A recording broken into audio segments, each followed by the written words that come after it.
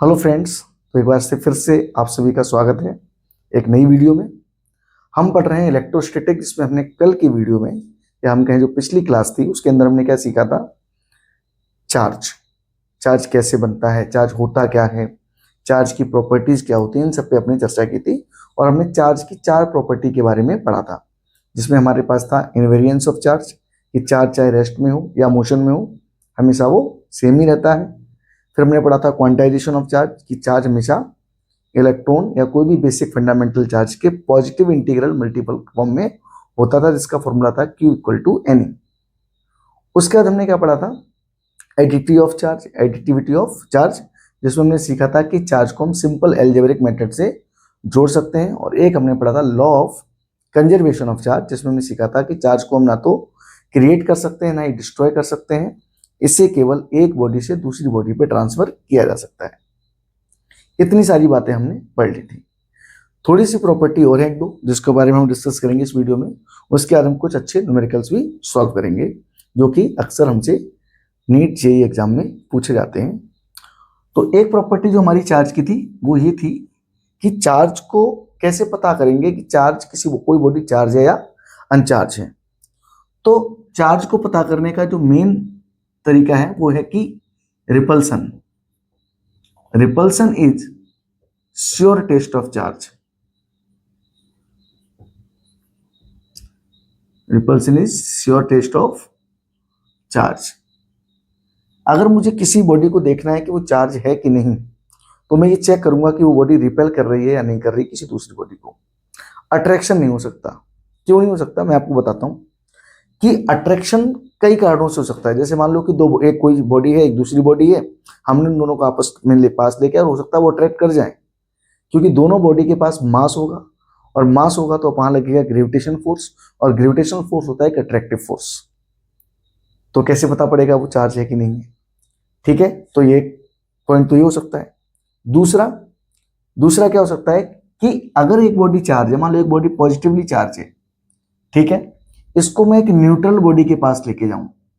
ये positively charge body है और इसको मैं कहां लेके गया, एक न्यूट्रल बॉडी के पास, तब भी हो सकता है इसको अट्रैक्ट कर ले। रीजन, आपने कई बार देखा हो कि हम अगर बालों में अपने किसी कंघी को अपन रगड़ दें, रफ कर दें, तो उस पर एक चार्ज डेवलप हो जाता है, और उससे फिर हम कागज के पीसेस को, छोटे छोटे कागज के पीसेस के पास लेके जाएं, तो कागज के पीस में क्या होते हैं, अट्रैक्ट हो जाते हैं। अब अट्रैक्ट हुए हैं तो तो ये कागज के पीस अट्रैक्ट हैं, मतलब पॉजिटिव चार्ज है या नहीं है, या नेगेटिव है या नहीं है, हमें इसके बारे में कुछ पता नहीं है। क्योंकि हमें पता है कि कागज के साथ तो अपन ने कुछ नहीं करा, फ्रिक्शन तो कॉम्ब का हुआ था, कॉम्ब का फ्रिक्शन और चार्ज किस पे डेवलप हुआ, कॉम्ब पे, और उसके बावजूद ये अट्रैक्ट हो गए। इसका मतलब अगर एक बॉडी चार्ज है और एक बॉडी चार्ज नहीं है, तब भी वो अट्रैक्ट हो सकती है। तो इसका मतलब हमें कैसे पता पड़ेगा कि कागज के पीसेस चार्ज हैं कि नहीं है। यानी चार्ज, अगर कोई भी दो बॉडी अट्रैक्ट हो रही है, तो हम ये बिल्कुल भी नहीं कह सकते कि ये बॉडी चार्ज है। और भी एग्जांपल है, जैसे कि मान लो कई बार गुब्बारे, बर्थडे होता है किसी का, तो क्या करते हैं, बर्थडे गुब्बारा लिया, ऐसे सिर में रगड़ा और किसी भी दीवार पे चिपका देते हैं, वो चिपक जाता है। वहां फोर्स ऑफ अट्रैक्शन डेवलप हो गया। फोर्स ऑफ अट्रैक्शन डेवलप हो गया, इसका मतलब क्या है कि दीवार चार्ज है? नहीं, ऐसा कुछ भी नहीं है, दीवार चार्ज नहीं है। और दीवार अगर चार्ज नहीं है तो इसका मतलब मैं समझ गया कि फिर से अट्रैक्शन नहीं बता सकता कि कोई बॉडी चार्ज है या नहीं है। Repulsion is sure test. अगर एक बॉडी चार्ज है और वो दूसरी बॉडी के पास लेके जाऊं, और वो अगर रिपेल कर जाए, मान लो मैं पॉजिटिव बॉडी है, पॉजिटिवली चार्ज बॉडी है, और मैं किसी दूसरी पॉजिटिवली चार्ज बॉडी के पास लेके गया, और अगर ये रिपेल कर गई, तो मैं समझ जाऊंगा कि ये बॉडी पॉजिटिव चार्ज है, क्योंकि सेम चार्ज रिपेल करते हैं। नेगेटिव चार्ज बॉडी किसी दूसरी बॉडी के पास लेके जाऊं और वो अगर उसको रिपेल करेगी, तो ये मैं पता पड़ेगा कि ये बॉडी चार्ज है कि नहीं है। अट्रैक्शन नहीं बता सकता कि बॉडी चार्ज है, क्योंकि ये न्यूट्रल होती तब भी वो अट्रैक्ट हो सकती थी। और दूसरा रीजन मैंने क्या बताया, हो सकता है ग्रेविटेशन फोर्स की वजह से अट्रैक्ट हो रही। तो रीजन हो सकते हैं, तो इसलिए अपन कह सकते हैं कि हमारा कभी भी जो श्योर टेस्ट होगा चार्ज, कोई बॉडी चार्ज है क्या नहीं है, उसके लिए हमारा मेन पॉइंट क्या होगा, रिपल्सन। क्या होगा भाई, repulsion is the sure test of charge. दूसरी बात, कल हमने एक चीज बताई थी कि चार्ज की डेफिनेशन में एक बहुत इंपॉर्टेंट चीज थी। मैंने कहा था कि अगर इलेक्ट्रिक चार्ज है तो इलेक्ट्रिक चार्ज क्या कर सकता था, मैग्नेटिक फील्ड और इलेक्ट्रिक फील्ड प्रोड्यूस कर सकता था, या उसको मैं किसी भी दूसरे मैग्नेटिक फील्ड या इलेक्ट्रिक फील्ड में लेके जाऊं तो उस पर फोर्स एक्सपीरियंस होता है। ये प्रॉपर्टी मैंने आपको लिखवाई थी। तो कब चार्ज इलेक्ट्रिक फील्ड प्रोड्यूस करेगा और कब चार्ज मैग्नेटिक फील्ड प्रोड्यूस करेगा, यह भी हमारे लिए जानना जरूरी है। तो इलेक्ट्रिक फील्ड, जैसे मान लो कोई भी चार्ज है, अगर वो चार्ज रेस्ट में है, अगर चार्ज किस में है, एट रेस्ट, चार्ज हमारा अगर रेस्ट में है तो वो प्रोड्यूस करता है इलेक्ट्रिक फील्ड। क्या प्रोड्यूस करता है, इलेक्ट्रिक फील्ड। अगर चार्ज मोशन में है, और मोशन भी कैसा हो, यूनिफॉर्म मोशन हो, मतलब जिस स्पीड से चल रहा है उसी स्पीड से कंटिन्यूली मूव करता रहे, तो क्या प्रोड्यूस करेगा, तो वो प्रोड्यूस करेगा इलेक्ट्रिक फील्ड और साथ में मैग्नेटिक फील्ड। ठीक है भाई। तो चार्ज अगर रेस्ट में होगा तो इलेक्ट्रिक फील्ड प्रोड्यूस करेगा, और मोशन में होगा तो इलेक्ट्रिक फील्ड ही प्रोड्यूस करेगा और मैग्नेटिक फील्ड ही प्रोड्यूस करेगा। साथ ही अगर चार्ज मोशन में तो हो ही, पर मोशन के साथ चार्ज पार्टिकल कैसा हो बेटा, एक्सिलरेटेड हो। एक्सिलरेटेड का मतलब क्या हुआ, उसकी रफ्तार बढ़ रही हो, घट भी सकती है, बढ़ भी सकती है। तो अगर उसमें लगातार मोशन यानी स्पीड में चेंज आ रहा है तो वो एक्सिलरेटेड होगा, और अगर एक्सिलरेटेड होगा तो वो क्या प्रोड्यूस करेगा, इलेक्ट्रिक फील्ड और मैग्नेटिक फील्ड, और साथ में जनरेट करेगा इलेक्ट्रोमैग्नेटिक वेव्स। इसके लिए हम पूरा चैप्टर पढ़ेंगे, ईएम वेव्स, इलेक्ट्रोमैग्नेटिक वेव्स। वहां पढ़ते हैं कि कैसे इलेक्ट्रोमैग्नेटिक वेव्स बनती हैं। इलेक्ट्रिक फील्ड चेंज होने से मैग्नेटिक फील्ड बनता है, मैग्नेटिक फील्ड चेंज होने से इलेक्ट्रिक फील्ड बनता है, और इन दोनों से हमें एक नई चीज मिलती है, जो चीज इलेक्ट्रोमैग्नेटिक वेव्स, या हम कहते हैं form of energy. I hope आपको ये सारी बातें समझ में आ रही होंगी कि चार्ज को मैं कहीं रख दूं तो अपने आसपास एक फील्ड बनाएगा। फील्ड का मतलब, अगर उसके पास कोई दूसरा चार्ज लेके आऊंगा तो उस पर तो फोर्स ऑफ अट्रैक्शन लगेगा या फोर्स ऑफ रिपल्सन लगेगा। कहां तक लगेगा, ये इस चार्ज की वैल्यू पर डिपेंड करेगा। चार्ज को मैं दौड़ा दूं तो क्या करेगा, इलेक्ट्रिक फील्ड बनाएगा, मैग्नेटिक फील्ड बनाएगा, और साथ में अगर चार्ज मेरा एक्सीलरेशन के साथ दौड़ाऊं तो वो इलेक्ट्रिक फील्ड, मैग्नेटिक फील्ड और साथ में इलेक्ट्रोमैग्नेटिक वेव जनरेट करता है। I hope you understand. आपको सारी बातें समझ में आनी चाहिए और इनको नोट कर लो। तब तक हम आगे बढ़ते हैं। तो हमने सीखा कि चार्ज का श्योर टेस्ट क्या है, रिपल्सन, और चार्ज जो है इलेक्ट्रिक फील्ड, मैग्नेटिक फील्ड और इलेक्ट्रोमैग्नेटिक वेव्स जनरेट कर सकता है। कब कब, रेस्ट में है तो इलेक्ट्रिक फील्ड, मोशन में है तो इलेक्ट्रिक फील्ड, मैग्नेटिक फील्ड, और अगर हमारा चार्ज एक्सिलरेटेड है तो वो इलेक्ट्रिक फील्ड, मैग्नेटिक फील्ड के साथ साथ इलेक्ट्रोमैग्नेटिक वेव्स भी जनरेट करेगा। अब हम क्या करेंगे, जो हमने प्रॉपर्टीज पढ़ी हैं उन प्रॉपर्टीज के बेस कुछ न्यूमेरिकल्स करेंगे, बढ़िया न्यूमेरिकल्स करेंगे, ताकि आपको थोड़ी सी अंडरस्टैंडिंग किस तरीके के सवाल आते हैं। तो हम सवाल ले लेते हैं। तो हमारे पास जो सवाल हैं उसमें देखो, कुछ सवाल मैं बता देता हूँ, सवाल मैं लगा दूंगा आपके इस पे, है ना। तो जैसे पहला सवाल ये है हमारे पास कि एक न्यूट्रल स्फीयर है। क्या, एक न्यूट्रल स्फीयर है, 5 into 10 to the power 21 electrons are present.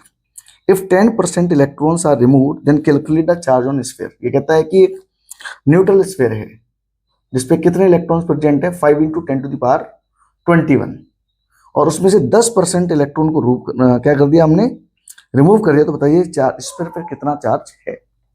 अब देखो, सिंपल सा सवाल है, एक न्यूट्रल स्फीयर, कैसा स्फीयर है हमारा पास, हाँ न्यूट्रल स्फीयर है। न्यूट्रल स्फीयर का मतलब ये, अपने एक न्यूट्रल स्फीयर ले लिया ऐसे, दैट इज न्यूट्रल,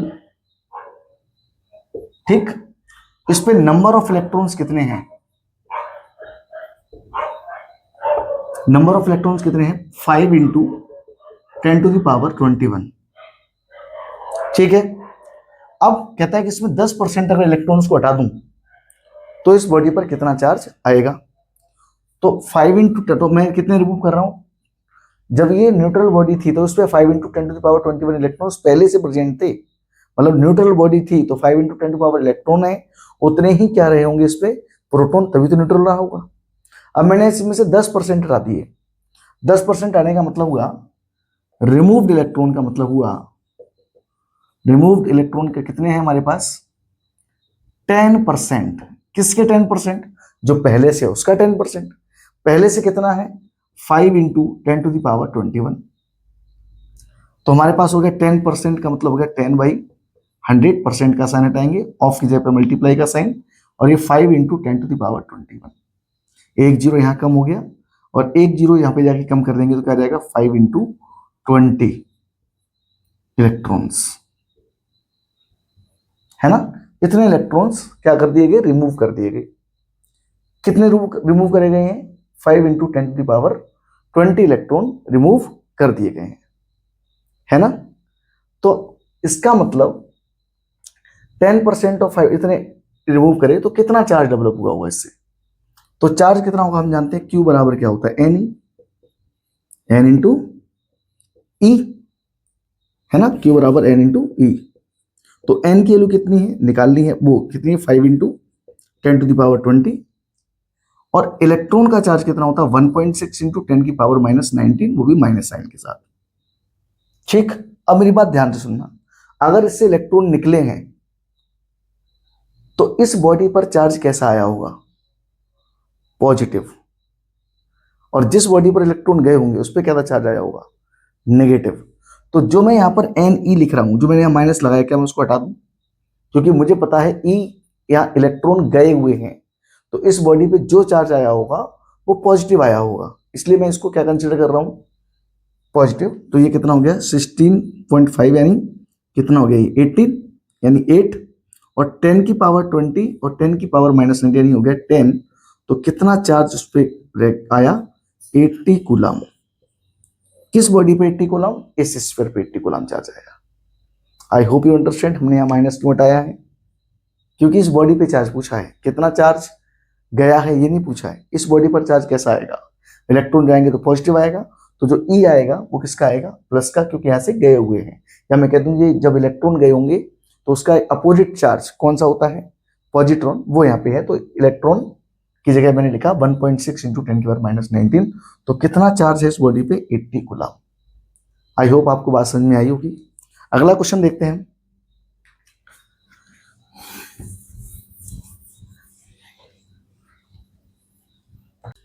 तो अगला क्वेश्चन हमारा क्या है, calculate the number of electrons in 100 gram of CO2। Question है हमारे पास, calculate the number of electrons in 100 gram CO2। अब इस क्वेश्चन को हमें कैसे करना है, बड़े ध्यान से समझेंगे आप, कि CO2 में 100 ग्राम CO2, इसमें कितने इलेक्ट्रॉन्स होंगे। तो अगर कैसे मुझे ये पता लग जाए कि इसमें कितने मॉलिक्यूल्स होंगे, और एक मॉलिक्यूल के नंबर ऑफ इलेक्ट्रॉन मेरे को पता है, तो सबसे पहले मेरा काम है क्या पता करना, मॉलिक्यूल पता करना।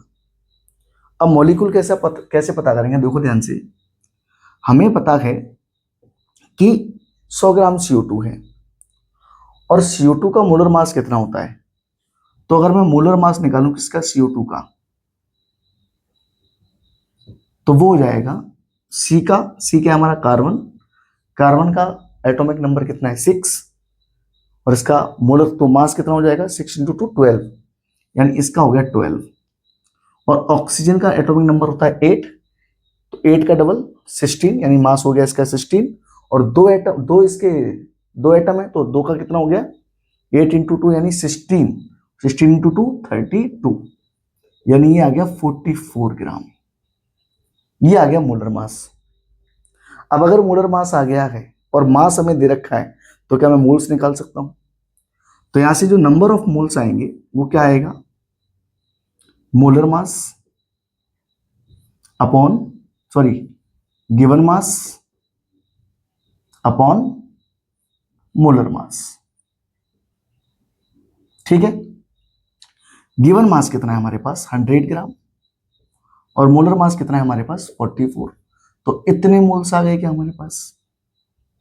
ठीक, अब मैं इसको काट नहीं रहा हूं क्योंकि ये मुझे पता है आगे कैलकुलेशन में बाद में इसको हम क्या कर देंगे, डिवाइड कर देंगे। इतने मोल्स हैं 100/44। अब मैं जानता हूं एक मोल में कितने होते हैं, number of molecules 6.02 into 10⁻23 Avogadro's number. तो मैं अगर मुझे मोल पता है तो क्या मैं नंबर ऑफ मॉलिक्यूल्स निकाल सकता हूं? बिल्कुल निकाल सकता हूं। Number of molecules equal to क्या हो जाएगा, मोल्स कितने हैं 100/44 इंटू एवोगैड्रो नंबर 6.02 इंटू 10⁻23। क्या इतने मॉलिक्यूल बन गए? अब मुझे निकालने हैं नंबर ऑफ इलेक्ट्रॉन। तो मुझे ये मॉलिक्यूल मिल गया, मुझे ये पता लग रहा है कि एक मॉलिक्यूल में कितने इलेक्ट्रॉन है। एक मॉलिक्यूल का मतलब CO2। तो यहां लिखता हूं मैं कि CO2 में कितने इलेक्ट्रॉन्स होंगे, नंबर ऑफ इलेक्ट्रॉन। तो कार्बन का एटॉमिक नंबर 6 है, यानी इसमें 6 प्रोटॉन और 6 इलेक्ट्रॉन, तो एक तो इलेक्ट्रॉन हो गए 6।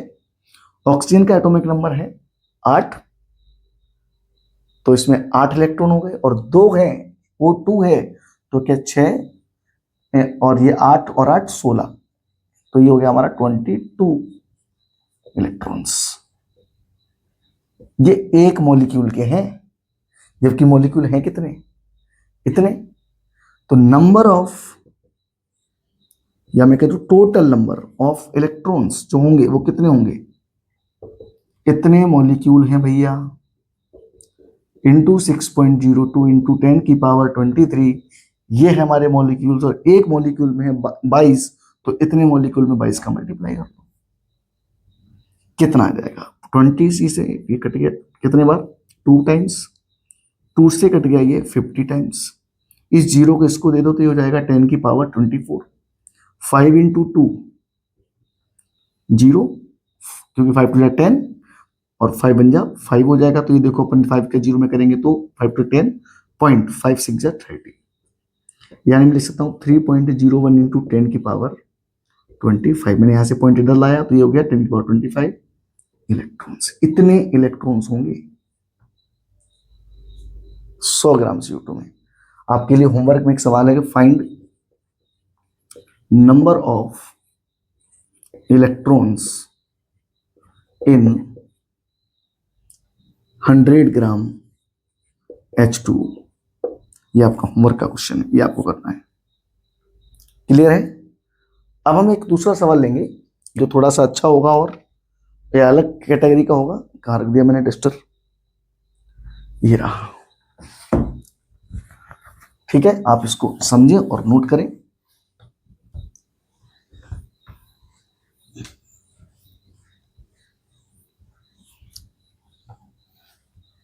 क्या होगा हमारा अगला क्वेश्चन, आइए देखते हैं क्या क्वेश्चन दे रखा है हमें। हाँ, अगला क्वेश्चन है कि एक ग्लास टम्बलर है जिसमें 1 बिलियन अमीबा है। क्या है?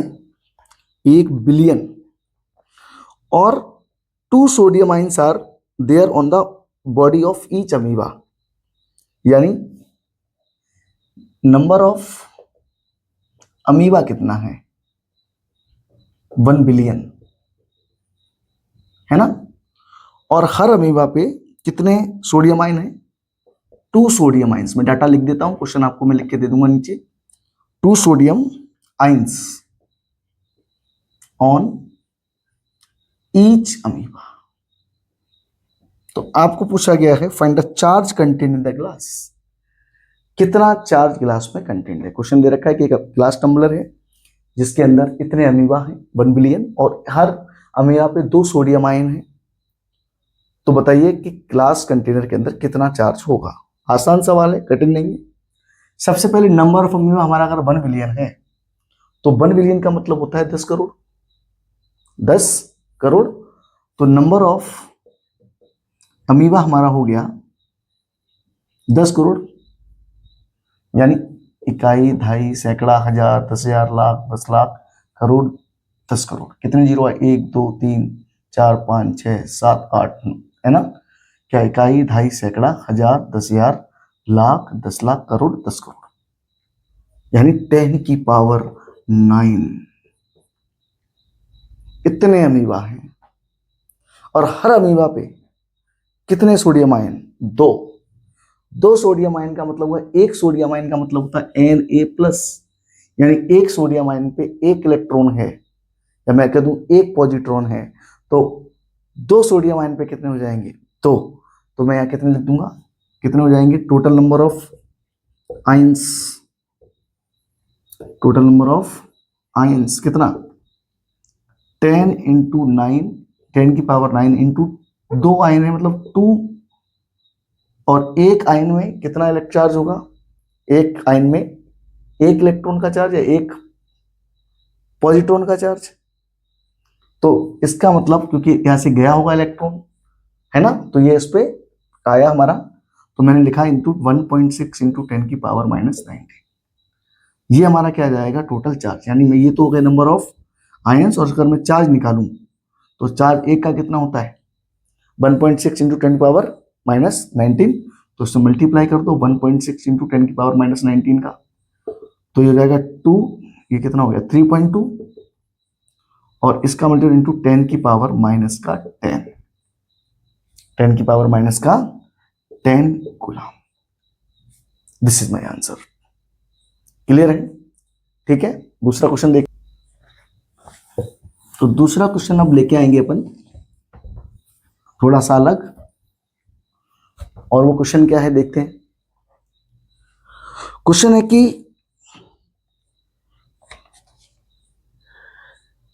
10⁻12 alpha particles falls per second on a neutral sphere. ठीक है, calculate the time in which the sphere gets charge by 2 coulomb. 10 की पावर 2 अल्फा, 2 है ना, 12 alpha particles falls per second, एक सेकंड में गिरते हैं। तो आपको क्या पूछा गया है कि वो टाइम बताओ जिसमें स्फीयर पे चार्ज 2 माइक्रोकूलम आ जाएगा, यानी स्फीयर चार्ज कितना हो जाएगा? 2 माइक्रोकूलम, यानी कितने टाइम में हो जाएगा। आसान सवाल है, मुझे पता है कि 10 की पावर 2 अल्फा पार्टिकल एक सेकंड में गिरते हैं। अगर एक सेकंड में 10 की पावर 2 अल्फा पार्टिकल गिरते हैं तो मैं ये निकाल लूं कि एक सेकंड में कितना चार्ज गिरा, और फिर देखूंगा कि इतना चार्ज होने में कितना टाइम लगेगा। तो पहले मैं एक बात करूंगा कि चार्ज कितना कितना, तो charge falls in 1 second. 1 second का मतलब 10 की पावर 12 अल्फा पार्टिकल गिर रहे हैं, और अल्फा पार्टिकल का चार्ज होता है 2e। कितना होता है?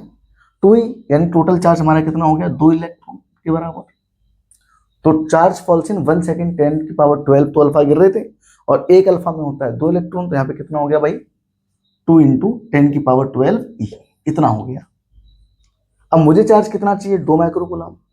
तो मैं मान लूं कि टी टाइम में इतना चार्ज हो जाएगा।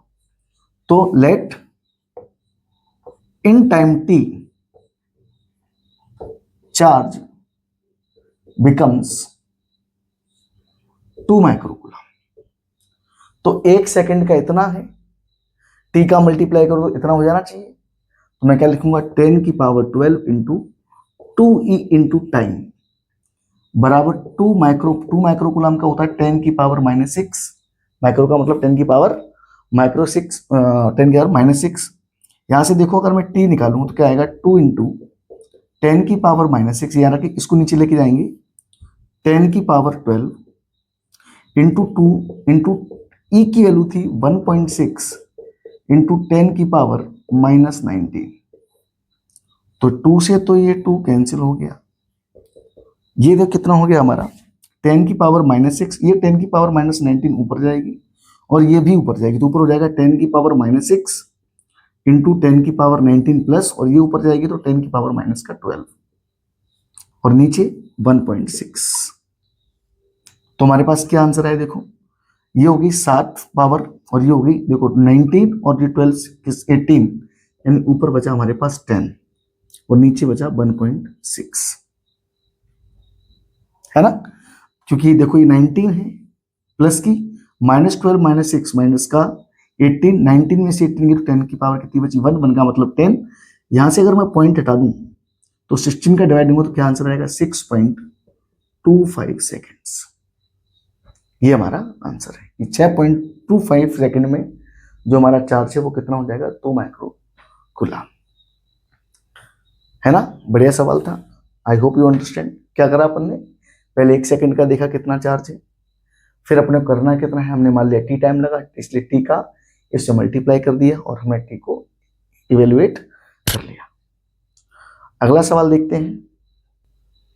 तो अगला क्वेश्चन हमारा थ्योरेटिकल है कि 2 आइडेंटिकल मेटल स्फीयर हैं ए और बी, जिनको कॉन्टेक्ट में रखा गया है, supported on insulating stand.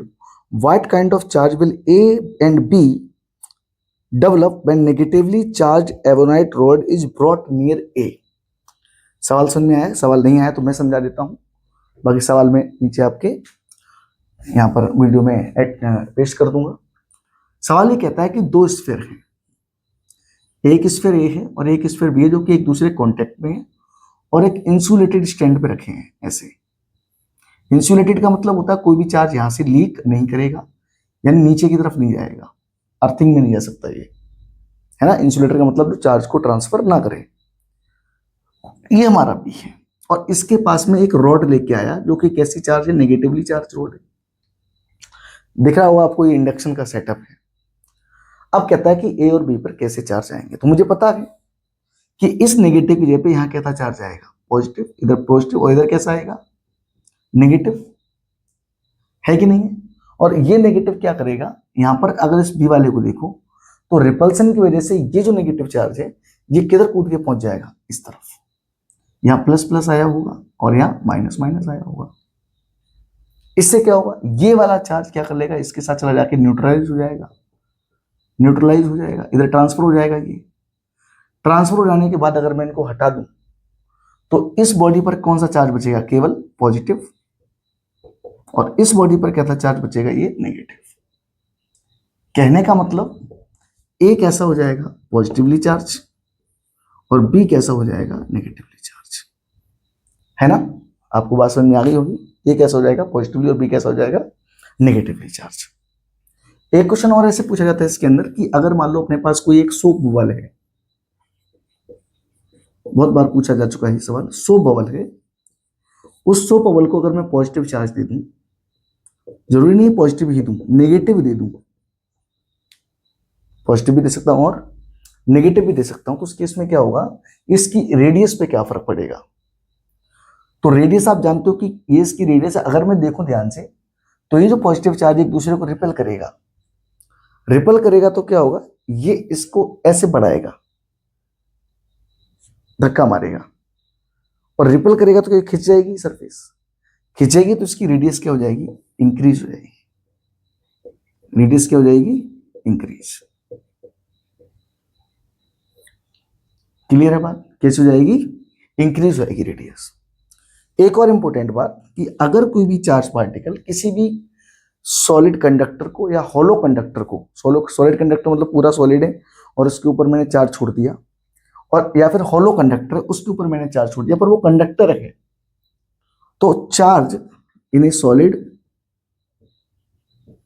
Conductor और हॉलो या कोई भी कंडक्टर हो, इन्हीं की बात नहीं कर रहा मैं, एनी कंडक्टर, कंडक्टर होना चाहिए बस वो, इन एनी कंडक्टर चार्ज हमेशा कहां रिसाइड करेगा, ऑलवेज रिसाइड्स ऑन सरफेस। कहां से रिसाइड करेगा, सरफेस पे। आप कंडक्टर है, यहां चार्ज दोगे, भाग जा, एक दूसरे को रिपेल कर करके कहां पहुंच जाएंगे, वो सरफेस पे पहुंच जाएगा, क्योंकि वो अपनी मिनिमम पोटेंशियल एनर्जी पे रहना चाहता है। किस पे रहना चाहता है, मिनिमम पोटेंशियल एनर्जी पे। तो ये सारी बातें अपन ने चार्ज के बारे में करी, अच्छे न्यूमेरिकल्स करें। बाकी और कोई न्यूमेरिकल्स हो तो आप मुझे कमेंट बॉक्स में लिख कर दे दें। अगर आपको लगता है कि आपको सारे टॉपिक ढंग से समझ में आ गए हो तो प्लीज़ चैनल को सब्सक्राइब करें, लाइक करें और अपने दोस्तों के साथ शेयर करें। Thank you very much. मिलते हैं नेक्स्ट वीडियो में नए टॉपिक के साथ।